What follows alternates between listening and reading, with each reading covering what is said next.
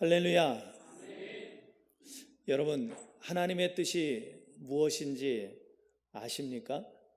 사실은 우리가 성경을 통해서 하나님의 뜻을 어느 정도 알 수 있지만은 우리가 하나님의 뜻에 대해서 또 하나님에 대해서 하나님을 온전히 안다고 말하기는 어려울 것입니다. 하나님께서 성경을 통해서, 그리고 항상 성경하면은 함께 같이 짝을 이루는 것이 있는데 그것은 뭐냐면 성령님이십니다. 하나님의 영 성령님이 우리 가운데 함께 하실 때 하나님의 말씀을 인간의 지식이 아니라 영적인 지식, 곧 하나님께서 우리에게 가르쳐 주시는 진리를 우리가 배우고 깨달아 알 수 있게 된다는 것입니다. 오늘 말씀을 전하는 저나 기도한 것처럼 말씀을 듣는 여러분들이나 성령님께서 함께 하심으로 저는 하나님의 말씀을 바르게 전하고 여러분들은 하나님의 음성을 듣고 하나님께서 깨닫게 하시는 은혜를 입으시기를 주님의 이름으로 축복합니다. 오늘 우리는 지난주에 이어서 디모데전서에 있는 말씀을 계속 보게 됩니다. 디모데전서, 디모데후서 두 편의 이 편지가 성경을 이루게 되는데 이것은 개인 서신이라고도 합니다. 사도 바울이 디모데라고 하는, 우리가 지난 시간에도 들었듯이 그리스도 안에서 영적인 자녀로 둔 디모데에게 특별하게 권면하기 위해서 사도 바울이 쓴 편지가 이 두 편의 편지를 우리가 디모데전서, 디모데후서라고 우리가 이제 명명하고 있습니다. 우리가 디모데전서를 보고 있는데 이 디모데전서에서는 사도 바울이 정말 영의 아들인 디모데에게 자신이 가지고 있는 모든 것들을 다 전해주기를 원했던 것입니다. 그 중에 첫 번째 오늘 본문에서 우리가 보고자 하는 것은 뭐냐면 바로 구원에 관한 문제였습니다. 지난 시간에도 우리가 구원에 관한 것, 속죄에 대한 회개와 성화를 위한 회개에 대해서 우리가 말씀을 배웠습니다. 여러분, 속죄에 대한 회개는 속죄를 예수님께서 완전히 이루셨기 때문에 속죄에 대한 회개는 예수 그리스도를 구주로 영접할 때 완료됩니다. 그러나 뭐는 계속돼야 돼요? 우리가 거룩해지는 삶, 성화의 삶을 살기 위해서, 우리가 예수님을 더 닮아가기 위해서, 예수님을 온전히 따라가기 위해서 그리스도의 장성한 분량에 충만한 데 이르기까지 우리는 성화를 위한 회개의 삶을 지속적으로 살아야 된다는 것을 배웠습니다. 오늘 말씀에서는 하나님께서 중요한 것을 우리에게 알려주십니다. 물론 사도 바울이 디모데에게 쓰는 편지 가운데 나오는 건데요, 4절에 보면은 사도 바울은 하나님께서 원하시는 것을 두 가지로 표현하고 있습니다. 한번 성경을 보십시오. 4절입니다. 하나님은 모든 사람이 구원을 받으며 진리를 아는 데에 이르기를 원하시느니라. 아멘. 예, 사도 바울이 영적으로 깨달은 것, 하나님 아버지의 마음, 아버지의 마음이죠. 하나님 아버지의 마음. 구원에 대해서 하나님께서 어떤 마음을 갖고 계시고 어떤 의도를 갖고 계시고 어떤 뜻을 품고 있는지에 대해서 오늘 사도 바울은 이 4절에서 우리에게 가르쳐주고 있고 디모데에게 알려주고 있습니다. 어떻다고요? 하나님은 모든 사람이 구원받기를 원하신다는 것입니다. 할렐루야. 모든 사람이. 여러분, 이 구절을 통해서 우리가 좀 깨닫기를 원합니다. 지난 며칠 전에 누군가 그런 얘기를 하더라고요. 장로교하고 감리교하고 무슨 차이가 있냐. 그래서 일반 평신도들은 크게 고민할 문제가 없다, 큰 차이 없다. 그런데 목회자들이나 신학자들에게는 굉장히 좀 미묘한 차이가 있습니다. 그것은 뭐냐면 우리 감리교는 웨슬리 목사님을 통해서 만인 구원설을 믿습니다. 만인 구원설은 뭐냐면 오늘 본 이 말씀이 우리에게 주는 중요한 단서입니다. 하나님은 일부 누구만을 구원하는 것을 원하시는 것이 아니라 모든 사람을 구원하기를 원하신다는 겁니다. 아멘. 여러분, 이거는 성경에 이미 기록된 것입니다. 아멘이죠. 그렇지만은 장로교에서는 칼빈의 영향을 받아서 이중 예정론을 강하게 그들은 믿습니다. 그것은 뭐냐면 이미 창세전부터 하나님께서는 구원받을 자들과 심판받을 자들을 다 정해 놓으셨다, 예정해 놓으셨다라고 이야기를 하고 있습니다. 거기에 관한 성경 구절도 많이 있기 때문에 여기서 우리가 괜히 논쟁을 할 필요는 없습니다. 중요한 것은 오늘 말씀을 통해서, 오늘 우리에게 주신 이 본문 말씀을 통해서 하나님께서 정말 원하시는 것이 무엇인지 하나님 아버지의 마음을 우리가 아는 것이 중요하고, 그 하나님 아버지의 마음을 알았다면 그 마음에 기뻐하신 뜻을 이루어드리기 위해서 우리는 그러한 삶을 살아야 할 줄로 믿습니다. 자, 그런데 오늘 이 말씀은요, 사실 4절은 한 문장으로 되어 있지만은 하나님께서 두 가지를 원하고 계신다는 것을 알 수 있습니다. 물론 이 두 가지는 엄밀하게 말하면은 동일한 것을 의미합니다. 그렇지만은 실제의 삶 속에서는요, 서로 다르게 나타납니다. 첫 번째는 바로 앞에 있는 거죠. 뭐냐면 하나님은 모든 사람이 구원을 받으며라고 했습니다. 예, 그렇습니다. 하나님은 모든 사람이 구원받기를 원하신다는 것입니다. 할렐루야. 여러분, 그런데 먼저 우리가 좀 여기서 해결해야 될 것이 있는데, 그것은 뭐냐면 여기서 원하신다라는 그러한 단어입니다. 원하신다. 이 원하다라는 뜻으로 그 헬라어 원어에서는 델로라는 단어를 쓰고 있습니다. 여러분들이 헬라어를 모르셔도 괜찮습니다. 제가 그냥 해설해 드린 것만 들으시면 됩니다. 델로라는 단어를 쓰고 있는데, 이 단어는 단순히 내가 뭘 소망하고 바라고 기대하고 희망하는 것을 의미하지 않습니다. 여러분 잘 보세요. 하나님은 전능하신 분입니다. 전지전능하신 분이라고 우리는 고백하고 있습니다. 하나님은 능치 못할 일이 없으십니다. 하나님께서 원하신다면 무슨 일이든지 그대로 이루실 수가 있습니다. 아멘이죠. 믿어지십니까? 여러분, 이것이 굉장히 중요해요. 왜냐하면 창세기, 성경을 딱 펼치면 창세기가 나타나는데, 창세기 1장 1절서부터 우리에게 보여주신 것은 뭐냐면 하나님께서 원하시는 대로 그대로 이루신다는 거예요. 하나님이 말씀하시니까 그대로 되니라. 아멘이죠. 그러니까 하나님께서 우리 인간처럼 그냥 소망하고 갈망하고 그럴 필요가 있어요, 없어요? 없어요. 여러분, 우리는 하나님 앞에 간구해야 됩니다. 하나님 도와달라고 요청해야 될 때가 많습니다. 그러나 하나님은 누구의 도움이 필요하지 않습니다. 얼마든지 하나님은 전능하시기 때문에 하나님께서 모든 일을 이루실 수 있어요. 그렇기 때문에 여기서 우리가 원하신다라는 이 단어를, 이 델로라는 단어를 우리는 제대로 봐야 돼요. 그것은 뭐냐면 단순히 희망사항이 아니라는 거예요. 이거는 하나님이 그렇게 됐으면 좋겠다가 아니에요. 거기에는 뭐가 있냐면 하나님이 원하신다는 것은 하나님의 의지가 들어있는 거예요.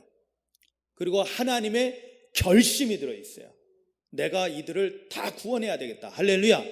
내가 이들을 다 구원하기를 내가 원한다라는 거예요. 이것을 우리는 다른 말로 뭐라고 하냐면 하나님의 뜻이라는 거예요.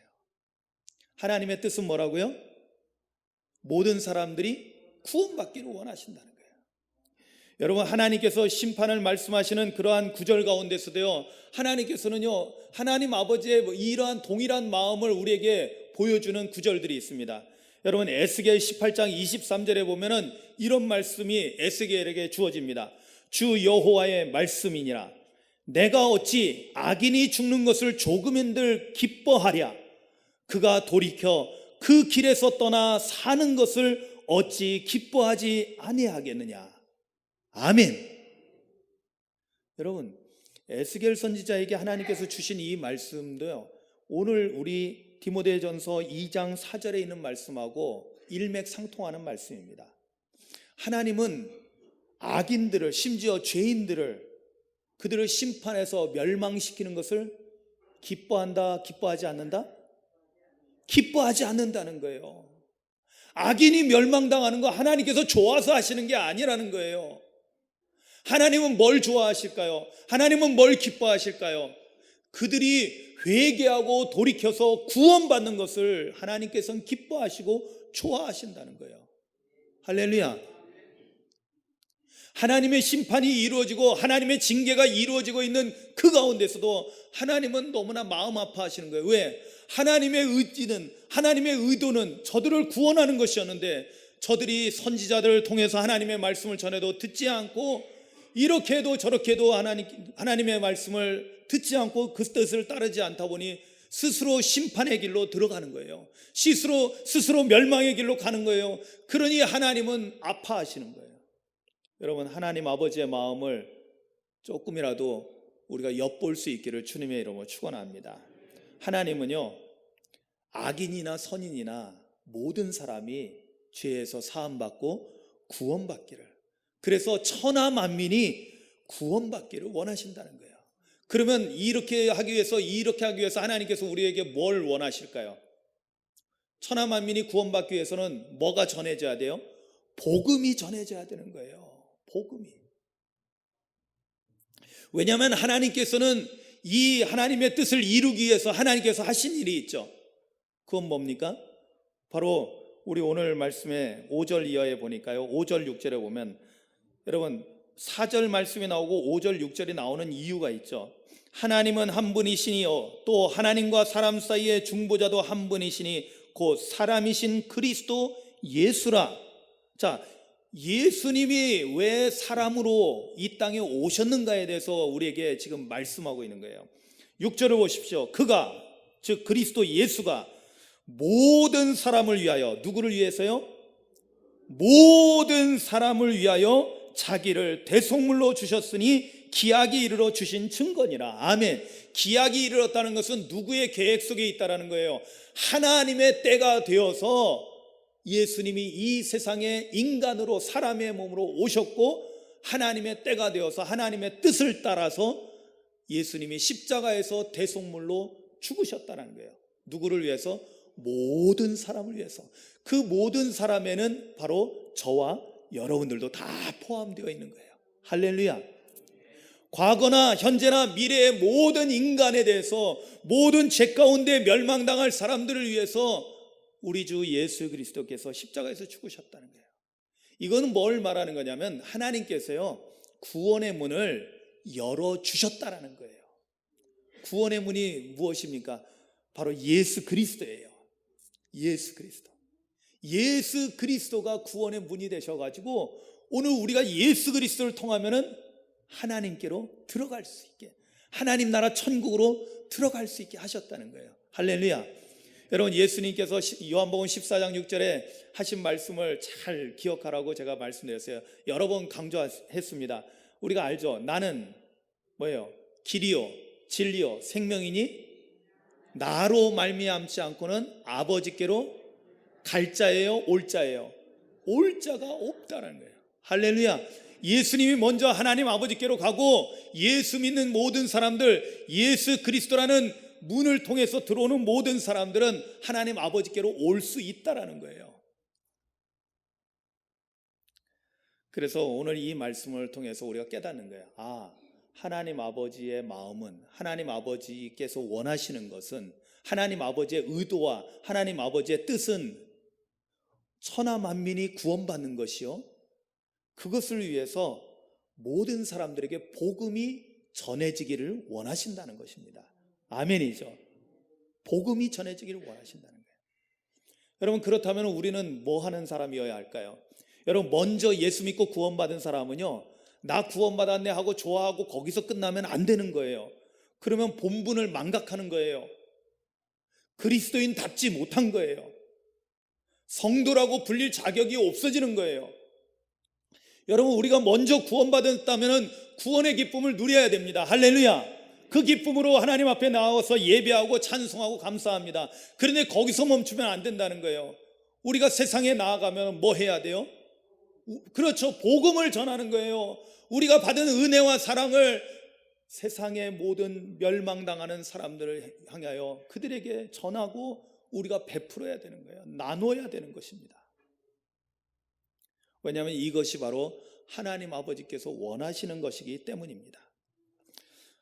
두 번째로 그 문장에서 보면은요, 4절에 보면은 두 번째는 뭐예요? 진리를 아는 데에 이르기를 원하신다 그랬어요. 여러분, 이 말씀은 하나님은 모든 사람이 진리를 아는 데에 이르기를 원하신다는 거예요. 여러분, 구원받는다에 모든 것이 다 포함될 수 있지만은 구태여 이렇게 표현하는 이유가 있습니다. 여러분, 이 말씀은 우리가 예수 믿고 구원받았다라는 것이 막연한 것이 아니에요. 주여 믿습니다, 교회 나오면은 예수 믿고 구원받았다, 여러분 거기서 끝난다는 게 아니에요. 주님이 원하시는 것은, 하나님께서 원하시는 것은 조금 더 깊어지고 조금 더 나아가는 거예요. 그것은 뭐냐면 오늘 이 말씀을 통해서 우리가 알게 되는데, 진리를 아는 데에 이르기를 원한다. 여러분, 진리를 아는 데에 이르기를, 이게 사실 우리말로 이렇게 번역한 것만 보면 정확하게 이해하기 어려운데요, 사실 이 부분이 헬라어로 보면 카이는 그리고입니다. and, 그리고라는 단어예요. 카이. 그 다음에 에이스, 에피그노신, 그리고 알레데이아스, 엘데인이라는 단어를 쓰고 있습니다. 이게 한 문장이 되는 거예요. 이것도 여러분들 고민할 필요 없어요. 제가 설명을 해드릴게요. 첫 번째 에이스라는 단어는 뭐냐면 무엇 안으로, 무엇을 향하여라는 전치사입니다. 그리고 그 다음에 나는 것이 뭐냐면 에피그노신이라는 건데, 이 에피그노신이라는 것은 에피그노시스라는 단어에서 나온 건데, 그것은 지식이에요. 아는 것을 말해요. 아는 것. 그런데 이 지식을 우리가 조금 조심해야 될 것은 뭐냐면, 이건 단순한 우리가 공부하고 학습해서 얻는 그런 인간적인 지식을 말하는 게 아니죠. 이것은 마치 호세아서 6장에 나오는 말씀대로 하나님을 아는 지식을 말해요. 할렐루야. 하나님을 아는 지식은 배워서 공부해서 우리가 알 수 있는 게 아니에요. 하나님을 아는 지식은요, 영적인 은혜를 입어야 되는 거예요. 아멘이죠. 성령의 은혜를 입어야만이 우리가 하나님을 아는 지식을 갖게 되는 것이에요. 그것은 믿는 것과도 같이 가죠. 에베소서 4장 13절에 우리가 다 하나님의 아들을 믿는 것과 아는 일에 하나가 되어 온전한 사람을 이루어 그리스도의 장성한 분량에 충만한 데까지 이른다라고 말씀합니다. 여기 믿는 것과 아는 것 할 때 바로 이 아는 것, 이것이 바로 에피그노시스를 쓰는 거예요. 아는 것. 그런데 단순한 지식이 아니라는 것은 뭐냐면, 우리가 믿는 것과 아는 것이 하나가 될 때 우리가 온전한 사람이 된다는 거예요. 그래서 그리스도의 장성한 분량에 충만한 데까지 우리가 영적으로 성장해 갈 수 있다는 것입니다. 그러니까 믿는 것과 아는 것이 함께 있어야 되는 거예요.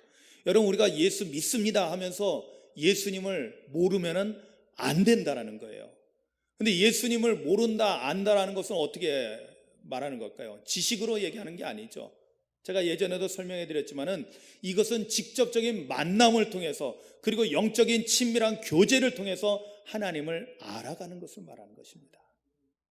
그러니까 엄밀하게 말하면 하나님을 만나지 못했다면 우리는 하나님을 알지 못하는 거예요.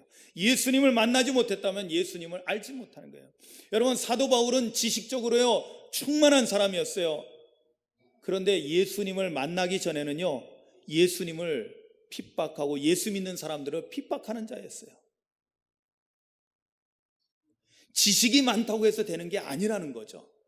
그러나 다메섹 도상에서 예수님을 만난 다음에는 그는 누구보다도 예수님을 잘 알고 예수님을 다른 사람들에게 소개해주고 그리스도의 복음을 모든 사람들에게 전하는 이방인의 사도가 되었던 것입니다. 할렐루야.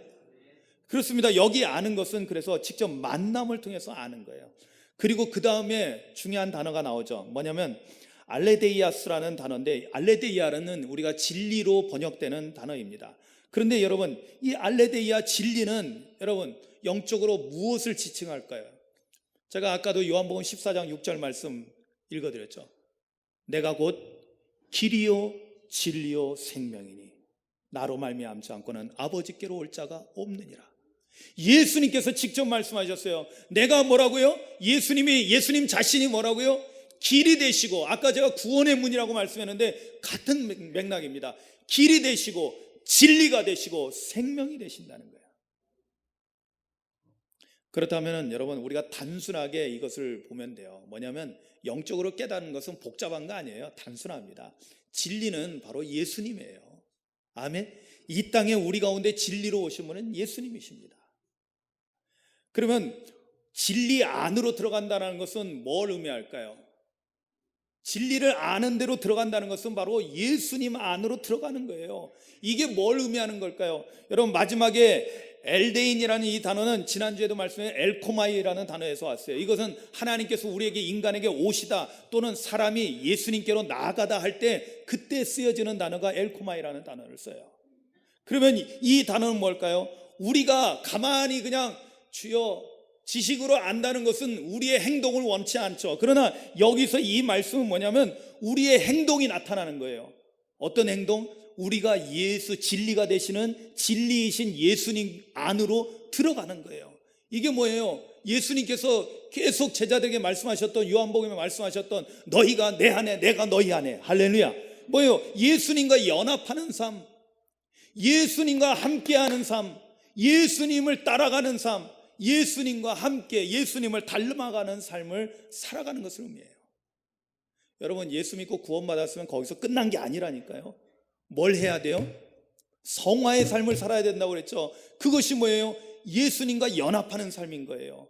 그러기 위해서는 오늘 이 단어 진리를 아는 데에 이르기를, 이것은 뭐냐면 예수님 안으로 들어가기를, 예수님과 연합하기를 원하신다는 거예요. 아멘. 여러분, 이 성경 구절을 그래서 똑바로 한 절이라도 우리가 똑바로 알아야지 이것을 건성건성 넘어가지 않고 온전히 알고 그 말씀대로 살아갈 수 있는 거예요. 그러니까 우리가 하나님 아버지의 뜻을 너무나 쉽게 생각하는 거예요. 아, 그래, 예수 믿고 구원받았으면 됐지, 끝났지. 아니요, 예수님 안으로 들어가셔야 돼요. 아멘. 우리가 예수님과 연합한 삶을 살아야 됩니다. 주님이 십자가에서 죽으셨을 때 나도 함께 십자가에서 죽어야 되는 거예요. 아멘이죠. 왜냐? 그래야지 주님과 연합한 자는 예수님의 부활할 때 우리도 주님과 함께 부활한 자가 되거든요. 할렐루야죠. 이거는 우리에게 엄청나게 복된 일이요, 수지 맞는 일이요, 이거만큼 좋은 일이 없습니다. 이 좋은 걸 놓치고는, 이 좋은 걸 배제시키고는 세상의 복만 추구하는 것은 오늘날 우리 교회를 타락시키고 연약하게 만드는 원인이 되는 것입니다. 바로 이런 것처럼 주님이 원하시는 것을 이루기 위해서 하나님께서는 예수님을 이 땅에 보내셔서 십자가에서 대신 중보자로서 죽게 하셨어요. 그래서 구원의 문을 열어주셨어요. 그래서 이것을 깨달은 사도 바울은 내가 뭐가 됐다? 오늘 보세요. 마지막 7절을 먼저 보겠습니다. 7절에 보니까 이를 위하여 내가 전파하는 자와 사도로 세움을 입은 것은 참말이요 거짓말이 아니니 믿음과 진리 안에서 내가 이방인의 스승이 되었노라. 아멘. 여러분, 사도 바울은 하나님 아버지의 이러한 뜻을 알았다는 거예요. 그래서 뭐가 됐다? 나는 복음을, 여기 이제 복음이라는 단어는 없지만은 뭐가 되어 있어요? 내가 전파하는 자가 됐다. 뭘 전파하겠어요? 복음이신 예수 그리스도를 전파하는 자가 된 거죠. 그리고 사도로 세움을 입었다라는 거예요. 사도라는 것은 주님의 일꾼이라는 뜻입니다. 여기서 사도는 어떤 권위자로 자기를 내세우려고 하는 것이 아니라 내가 주님의 일꾼 되었다. 복음을 전하는 주님의 일꾼 되었다. 그리고 특별히 뭐냐? 마지막에 뭐라고 되어 있어요? 내가 이방인의 스승이 되었다. 이것은 뭐냐면 내가 이방인에게 복음을 전하는 자가 되었다는 거예요. 할렐루야. 여러분, 이 표현이 왜 중요하냐면 당시에 유대인들은요, 선택받은 민족인 이스라엘 사람들만 하나님의 구원의 은총을 입으면 된다라고 생각을 했어요. 그러나 오늘 성경 말씀에 사도 바울이 깨달은 건 뭐예요? 하나님 아버지께서는 모든 사람을 구원하기를 원하셔요. 할렐루야죠. 아멘이죠. 그러니까 그러면 어떻게 해야 돼요? 이스라엘 사람들, 유대인들만이 아니라 유대인들이 볼 때 모든 이방인들, 여러분, 유대인은 자기네 사람, 유대인 아니고 다른 사람들은 다 이방인이에요. 그 이방인이라는 뜻에는 뭐냐면은 하나님의 백성이 아니다라는 뜻이 담겨져 있는 거예요. 저들은 다 심판받고 멸망당해야 될 족속이라는 뜻이 담겨져 있어요. 그러나 이 진리를 깨달은 사도 바울은 이방인을 위한 사도가 되는 거예요. 이방인에게도 복음을 전한다는 거.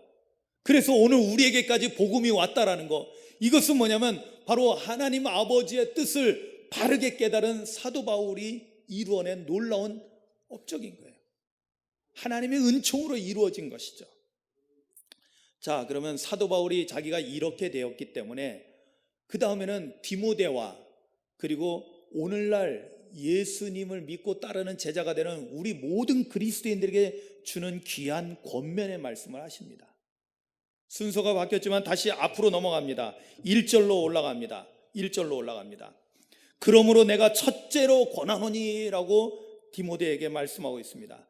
그러나 여러분, 이 말씀을 들을 때 우리가 조심하고 주의해야 될 것은 디모데 한 사람으로 끝나는 것이 아니라 오늘 우리 모두에게도 동일하게 주시는 말씀이라는 것입니다.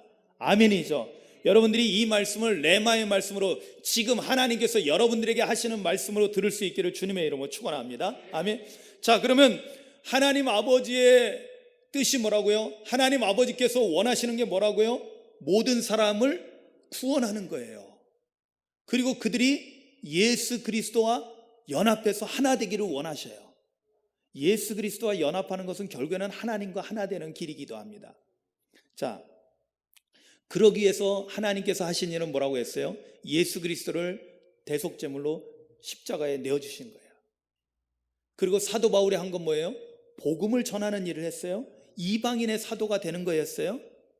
자, 그렇다면 디모데가 앞으로 해야 될 일, 그리고 장차 우리도 해야 할 일이 뭘까요?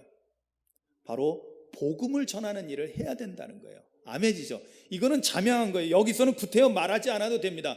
그런데 복음을 전하기 위해서 우리가 가장 먼저 가장 중요하게 해야 할 일이 오늘 우리 1절에서 우리에게 알려지고 있습니다.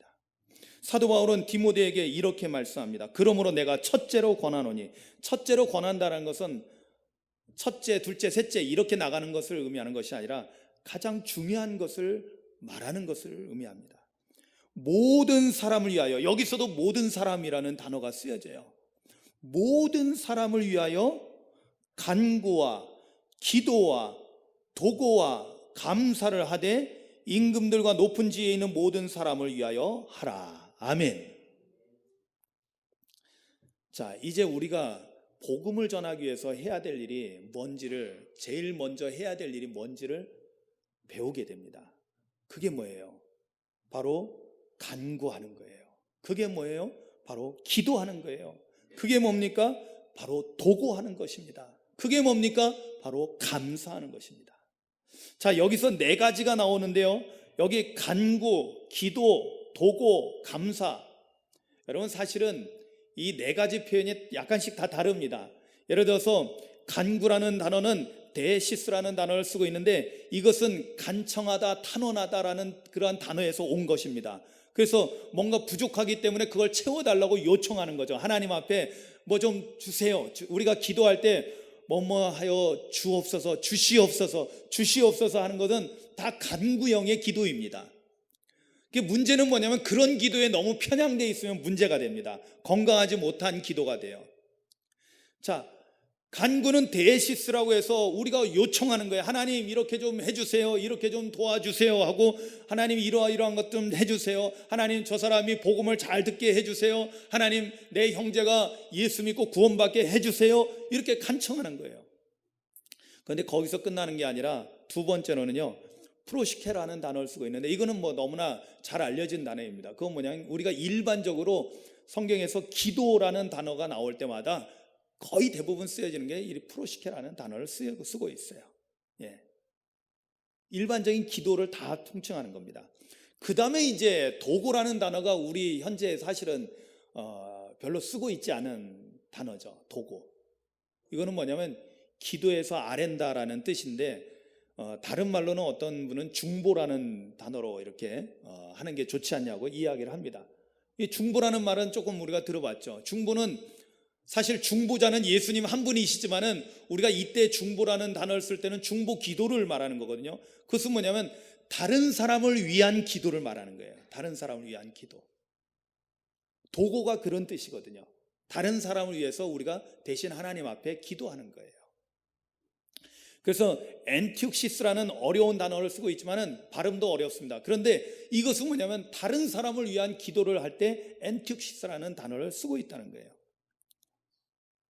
그래서 영어로는 인터세션, 즉 다른 사람을 위해서 간청함을 말하는 거예요. 앞에 있는 간구하고 연결이 되기도 하죠.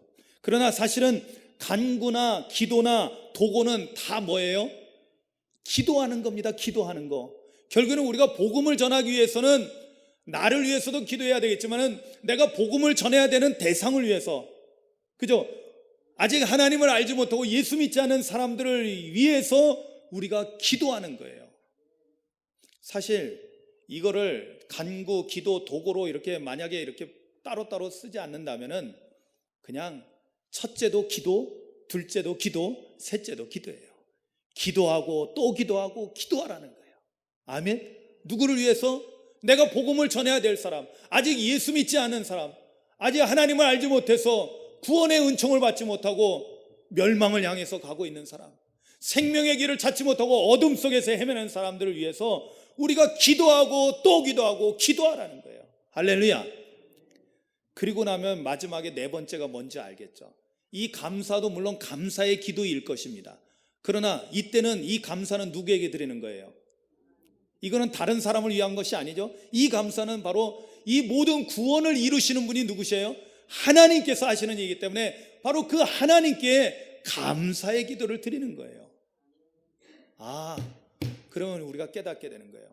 하나님 아버지께서 원하시는 것은 모든 사람이, 천하 만민이 구원받기를 원하시는 거고, 거기서 끝나지 않고 구원받는다는 것은 예수 그리스도와 연합하는 삶을 사는 거고, 우리가 예수 그리스도 안에 거하는 삶을 사는 거고, 그러기 위해서는 복음이 전해져야 되고, 근데 복음이 전한다는 것은 그냥 되어지는 것이 아니라 뭐부터 시작한다? 기도로부터 시작한다는 거예요. 기도로부터. 여러분들이 바쁘기 때문에 세상에서 일이 바쁘고 다 각자 생업이 있고 또 이렇게 환경적으로 이렇게 나가서 복음을 전하기 어렵고 나는 전도를 안 하고 있다. 아닙니다. 여러분, 전도는 어디서부터 시작해요? 복음을 전하는 것은 상대를 위해서 복음을 전해야 될 그 대상을 놓고 기도하는 것으로부터 시작되는 거예요. 무엇을 위해서 기도하는 거예요? 그들의 영혼 구원을 위해서 우리가 기도하는 거죠. 이것이 뭐라고요? 하나님 아버지의 뜻을 이루어드리는 길이에요. 여러분, 우리가 주님 뜻대로 살기로 했습니다라고 찬송했습니다. 같이 고백했습니다. 여러분, 주님 뜻대로 살기를 원하신다면 무엇을 해야 될까요? 바로 복음을 전하는 사람이 되어야 합니다. 그런데 그러기 위해서 여러분들이 해야 될 일은 무엇일까요? 가장 먼저 해야 될 일은 우리의 전도의 대상이 되고 복음이 전해져야 될 사람들을 위해서 우리가 기도하기 시작해야 된다는 거예요. 여러분 주변에 우리가 모르는 사람을 위해서도 기도해야 됩니다. 여러분 여기 보면 특별히 누구를 위해서 기도하라고 했어요? 여기 보면은 1절에 모든 사람을 위하여 간구와 기도와 도구와 감사를 하되, 2절에 가서 임금들과 높은 지위에 있는 모든 사람들을 위하여 하라고 말씀합니다. 왜냐하면 그들은 우리가 다 알잖아요. 그죠? 그들은 나를 모른다 할지라도 여러분 우리 대한민국의 대통령 아시죠? 예? 그리고 최소한 강화도에 사시는 분은 강화도 군수님은 아시죠? 그분들을 위해서 기도하라는 거예요. 지도자들을 위해요. 왜냐? 그분들이 예수 믿고 변화된 삶을 살면은 나라가 평안해지고 강화 국민들이 편안해지고 우리가 편안해지는 거예요. 할렐루야. 그러니까 그들을 위해서 기도하라는 거예요. 여러분뿐만 아니라 사회, 경제, 정치, 법 이런 모든 분야에 있어서 지도자들을 위해서 기도하셔야 돼요. 그래야지 그들이 바르게 하나님을 두려워하고 하나님 앞에서 올바르게 정치를 하고 올바르게 경제생활을 하고 올바르게 사회를 이끌어가는 일을 하는 거예요. 그러니까 우리가 해야 할 일이 사실은 많아요. 여러분 보세요. 우리가 누가 잘못하는 것에 대해서 손가락질하고 비방하는 건 아주 쉽게 합니다. 그죠? 여러분 정치하는 사람들 얼마나 우리가 깝니까? 예? 얼마나 우리가 비방하고 깝니까? 아주 그거는 쉬워해요. 그런데 여러분 사실은 여러분들에게도, 저와 여러분들에게도 책임이 있는 거예요. 왜? 우리는 그들을 위해서 기도하지 않았거든요. 우리는 그들을 위해서, 그들을 하나님 앞에서 정말로 간절하게 그들이 변화되고 예수 믿고 변화되어서 올바른 사람이 되기를 위해서 기도하지 않았잖아요. 기도는 안 하면서 사람들 비방하고 지적하는 것은, 판단하고 정죄하는 것은 너무나 잘하는 거죠. 여러분 우리 그리스도인들이 변화돼야 됩니다. 남을 비방하고 정죄하기에 앞서서 먼저 그 사람을 위해서 기도하셔야 되는 거예요. 누구를 비방하기 전에 누가 만약에 나한테 잘못했고 실제로 잘못하고 있다면은 내가 비방하기 전에 먼저 생각하셔야 돼요. 내가 저 사람을 위해서 기도는 했나? 만약에 기도한 것이 없다면 여러분 입을 다무시기 바랍니다. 아마 이것만 실천해도요, 아마 교회 안에 시끄러운 분쟁은 다 사라질 거예요. 우리나라도 아마 조금은 그래도 더 살기 좋은 나라로 변해갈 거예요. 오늘 우리 그리스도인들이 먼저 이것을 실천해야 될 줄로 믿습니다. 아멘. 여러분, 이것이 바로 하나님 아버지의 뜻을 이루어가는 것입니다. 여러분, 모든 사람에게 복음이 전해지는 것은 하나님 아버지의 계획이고 의도하심이고 뜻입니다. 이것을 위해서 우리가 모든 영혼들을 위해서 기도할 수 있는 저와 여러분들 되시기를 주님의 이름으로 축원합니다. 그리고 이 구원의 문을 활짝 열어주신 하나님께 늘 감사하고 찬송하고 예배하는 삶을 사는 우리 모두가 될 수 있기를 주님의 이름으로 축복합니다. 기도하시겠습니다. 여러분, 이 시간에 기도할 때 혹시 우리 주변에 내가 잘 알고 있는 사람들 가운데 정말 예수 믿어야 되는데, 정말 예수 믿고 구원받아야 되는데 그렇지 못한 사람들이 주변에 있다면 그들을 위해서 내가 얼마나 기도했는가를 생각해보고 이 시간 잠시나마 그들을 위해서 기도하겠습니다. 함께 기도합니다.